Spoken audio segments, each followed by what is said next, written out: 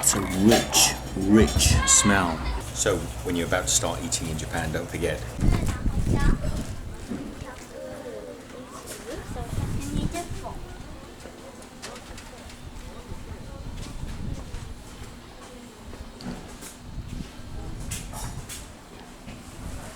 There are just so many places to eat in these little back streets. Don't forget, this is far away from the city centre, and this is proper sort of local community. There's a fish store here. Guys selling fresh fish produce. Even the little crabs here in the boxes are moving around. Look, everything is so fresh. Got a market here, look. Lovely fresh market.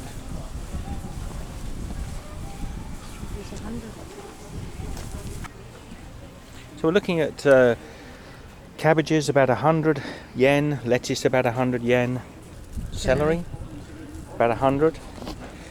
Now I think it's 108 because you've got the 8% tax on top of that.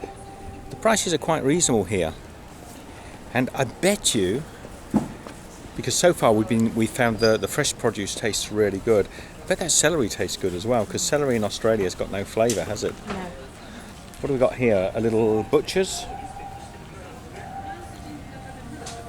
And a bear on a motorbike. So today it's a bit of a cold and grey day in Japan, and we're just having a little wander around the neighbourhood, see if we can't find something to eat. This is a great little pedestrianised street that we're on here. Not far, it's not far from the city centre, but a bit outside, so it's more residential areas. You can have a look down here. Got a street, there's a little supermarket here on the corner. Pretty little house here that again is a little business. But all this centre area is pedestrianised. So we often come out onto the back streets of any city and just see if we can explore. And this is quite interesting. You'll see there's no tourists in this area, but it's going to be pretty easy to find something to eat. We're not particularly hungry, I'm just a bit snacky. Another 100 or 200 feet down, there's another beautiful little grocery store here. Busy. Everyone's getting their fresh vegetables and fruit. I think this side of the street is these people's storage. Strawberries smell delicious. We had strawberries from here a few days ago and they were very good. And just opposite here, there's another supermarket. Is it Mammy's Supermarket? I decided to come in this little supermarket, this little local supermarket. Feels much the same as the Big Sunnies, but it's much cooler. It's much cooler in here and a little more plain, the layout.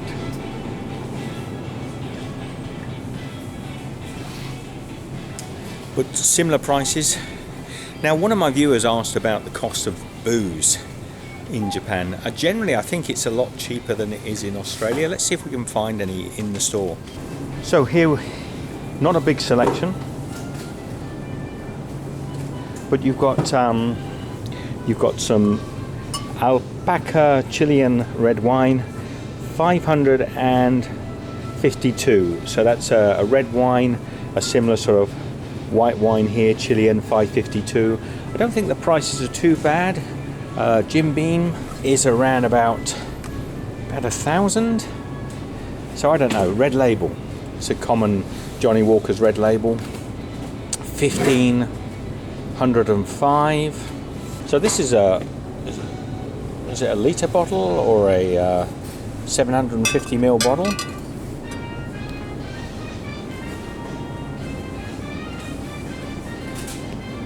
Now Gilbey's vodka and Gilbey's gin, 934. They're big bottles. Again, it's about 750ml.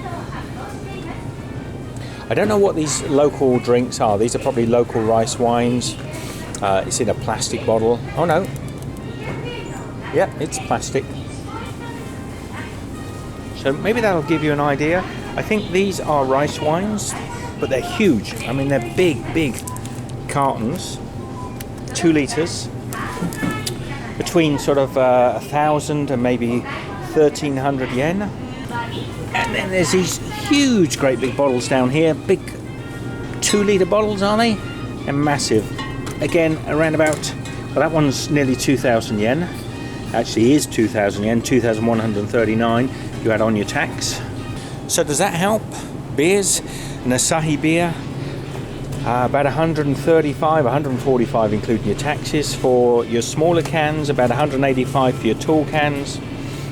And they range, I've seen in the supermarket, the beers tend to range from about 100 yen to 200 yen, depending on which brand you want to go for. So here's an Asahi Premium, about 124. Your imported beers like your Heinekens are around about 200 yen, including your tax.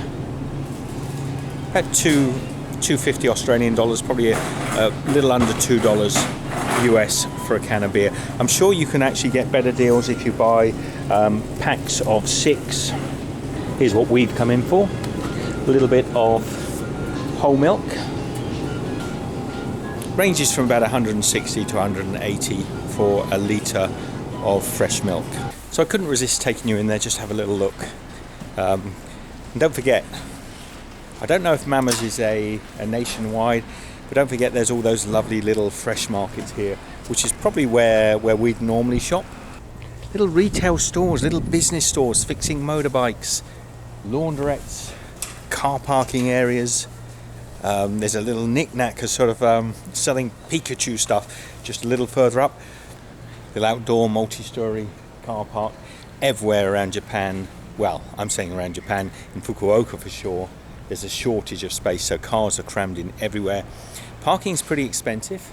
Now, I've had a few people say to me that, you know, being in Fukuoka, you're not really getting the real feel of Japan. You should go to Tokyo. I'm not sure I fully agree, although I haven't been to Tokyo before. I mean, this really, take a look. Is it going to be that much different in another city? I'm not sure. I mean, certainly I think Fukuoka is very representative of Japan. This is where Japanese people are living and having their businesses and trading and going to school. So it definitely feels like Japan to me. Would I recommend Fukuoka as a city to visit? Sure I would. I think it's a great city. It's very modern, very clean, very easy to live in. It's not, although we found many little sort of old style, I mean, for example, you've got this big modern sort of plain building here, and then a little house, little old style house, block of flats behind. There is a lot of that going on. Sometimes they're little wooden style old houses with little pottery tiled roofs. So it has everything you could want from Japanese culture. Wonderful little coffee shops. Here's a coffee shop here. The guy's real sort of old style traditional. They're really passionate about their coffee as well, aren't they? Yeah. They all know the provenance of the beans. They often roast their own beans here as well. So for anyone that's thinking of coming to Japan, do visit Fukuoka. I really recommend it, but maybe come a little bit later in the year when this is across Japan. I know there's a big sort of rush to come here for the sakura time when the cherry blossom is, but I reckon in a month or two's time it'll be a little bit warmer.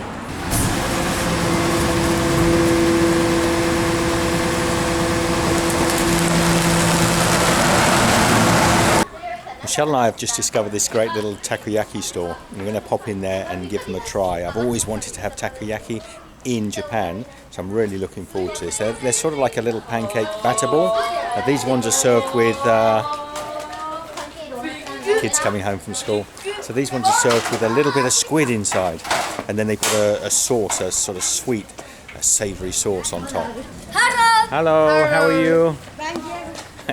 So this little market street is pedestrianised, so there's really shouldn't be any traffic past this area here. It's all pedestrianised, so it's really cool. It's a nice area. I'll try and mark it up on the map because I think it's not a common part. It's not an area of Fukuoka that many people come to, but I think it's a really nice little walking street.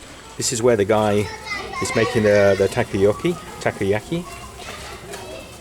And soy sauce unglazed, 10 pieces, it's 500 yen. And you get to choose the different sauce that you want on.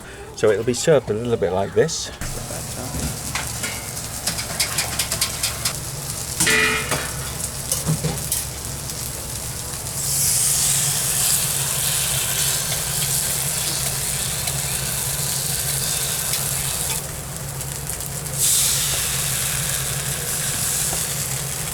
Just put a little piece of octopus inside each takoyaki.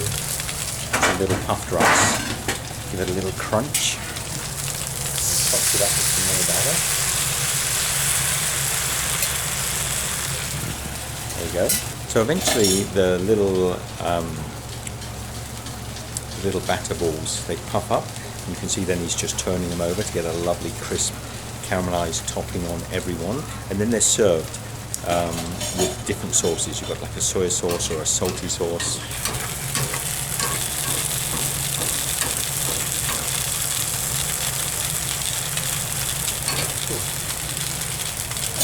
Isn't that clever?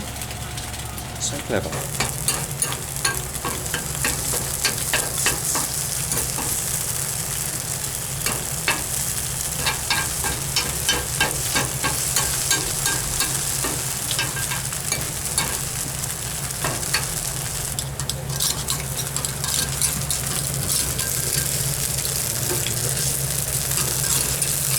So there you have it. He's forming that into a nice little pancake ball.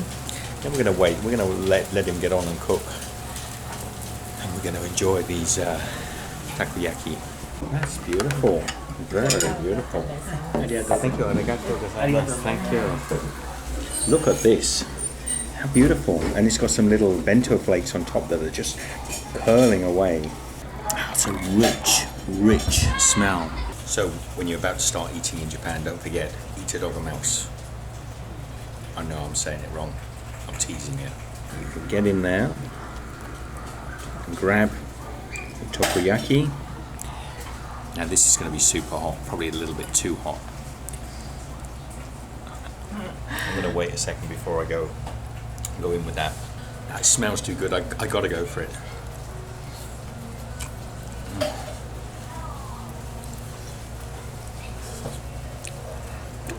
That is delicious, really delicious. Rich, I've got that bit of squid inside there. I'm going to get some of the bonito. It's got some mayonnaise on there. It's got something like an okonomi style sauce, like a sweet, rich barbecue sauce as well. And of course the bonito.